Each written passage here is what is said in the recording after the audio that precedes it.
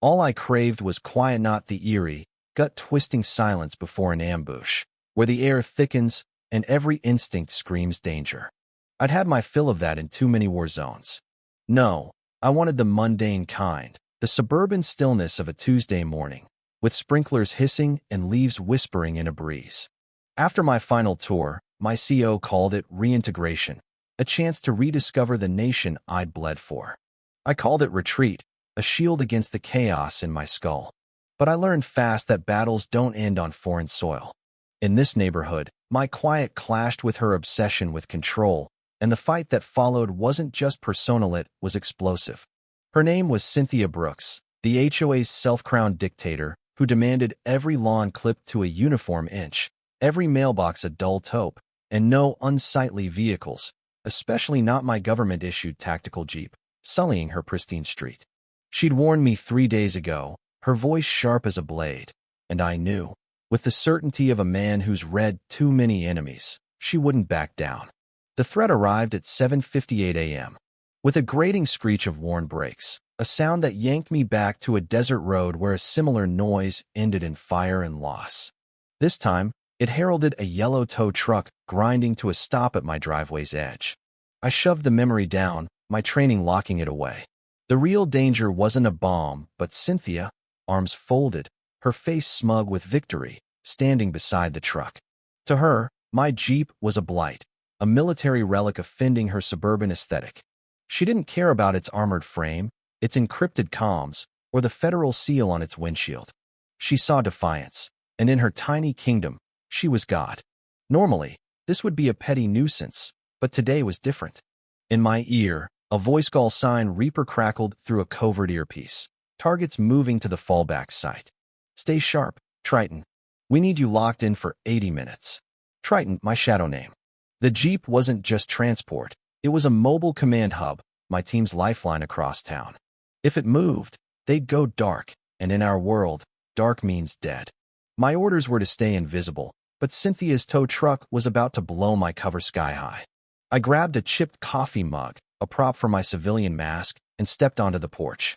The driver, Eddie, was unhooking the winch under Cynthia's barked orders. Get it out of here, Eddie. I didn't shout. Eddie, I said, voice steady. I wouldn't do that. He paused, glancing up. Cynthia stormed toward me, cheeks red. You were warned, James. This is my street. I ignored her, focusing on Eddie. This vehicle's part of an active federal operation. Touching it's a felony. That's your warning. The air grew heavy. Eddie's hand hovered, doubt creeping in. But my eyes weren't on him or Cynthia, they were on a beige sedan parked 60 yards down the road, its driver a still silhouette. It hadn't been there yesterday. In my world, nothing's random. The sedan's engine purred to life, a faint click no one else caught. But to me, it was a thunderclap. My mental threat board recalibrated. Cynthia and Eddie, level 3 annoying but predictable. The mission, level 2 critical, time-sensitive. The sedan, level 1 unknown, lethal potential. Its slow U-turn to a new vantage point screamed surveillance. Patient and professional, far deadlier than Cynthia's tantrum. Cynthia's voice sliced through. Are you letting him scare you, Eddie? I'm paying you. Eddie sweated, caught in a game he didn't understand. I stepped off the porch, mug in hand, radiating calm. Eddie, does this feel like a routine tow? He shook his head, nervous. Just got the call, man. I know, I said, softening. But hook that Jeep, and you're not just a drivery witness in a federal case. It's being watched, Eddie. Satellites, cameras, your face, your truck's plates, all logged. You want that kind of trouble? Cynthia scoffed. This is intimidation. I didn't glance her way. Ignoring her stripped her power. Eddie wavered, his hand dropping. Reaper's voice buzzed. Triton, target's gone silent. Suspect a jammer. We need the Jeep's backup array now. My pulse spiked. The array needed my thumbprint and voice inside the Jeep, but I was pinned by this circus. I nodded faintly, acknowledging. Cynthia, sensing weakness, pulled her phone. I'm recording. I'm calling the cops on your illegal tank. Perfect, I thought. Local police were manageable. A siren wailed, and a cruiser rolled up, lights flashing. Cynthia's triumph gleamed. 2 officers emerged, Sergeant Hayes, grizzled and calm, and Officer Vega, young and twitchy. What's going on? Hayes asked. Cynthia pounced. This man's blocking my street with a military junker, threatening Eddie, claiming he's a spy. Hayes eyed me, noting my calm against her hysteria. Sir, I nodded. I'm James Carter, active duty military. This vehicle's federal property, in use for a classified operation. My ID's in my pocket. Hayes' eyes flicked to the Jeep's modifications, weighing my words against Cynthia's rants. He's lying, she shrieked. Make him prove it. Hayes silenced her with a raised hand. Eddie, overwhelmed, backed off. I'm done.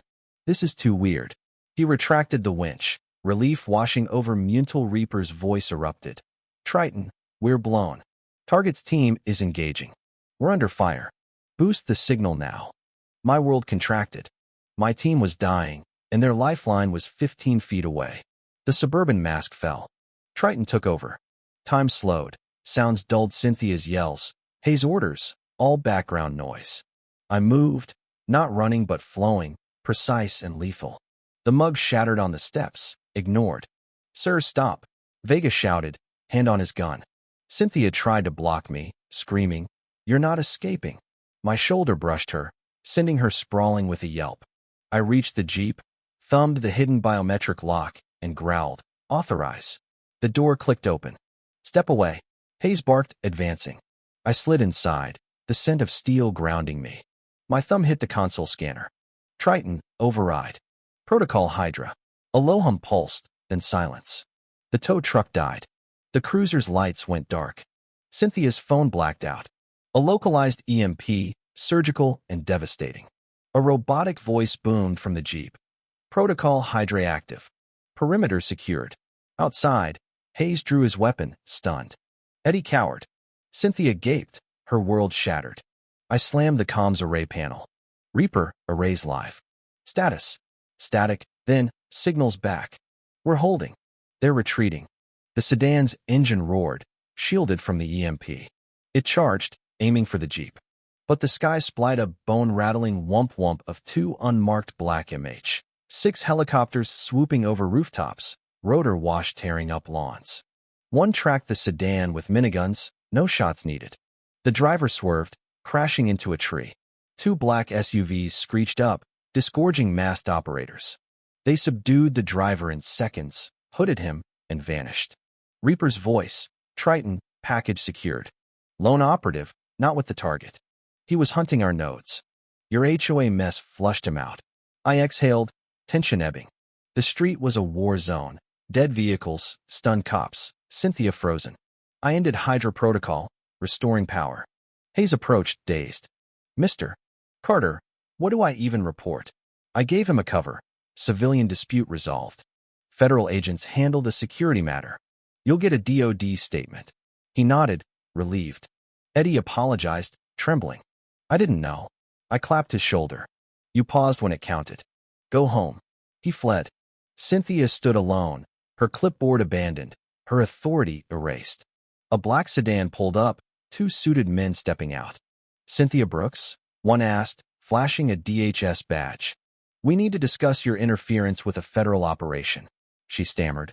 I just wanted the Jeep gone. The agent's voice was ice. Your actions exposed a hostile agent, nearly killing our team. Come with us. She collapsed, defeated, as they led her away. Reaper's final words echoed. Her stunt saved us, Triton. Legal's gonna bury her. Cynthia's house went dark, a for sale sign appearing days later. The HOA softened. Neighbors reclaimed their yards' bright flags, wild gardens. My Jeep became a legend, kids whispering as they passed. Old Man Harris, a Vietnam vet, saluted me silently one morning, no words needed. The quiet I sought wasn't escape. It was the strength to face any fight. Cynthia's war on my Jeep had sparked a bigger one, and by staying steady, I'd won both.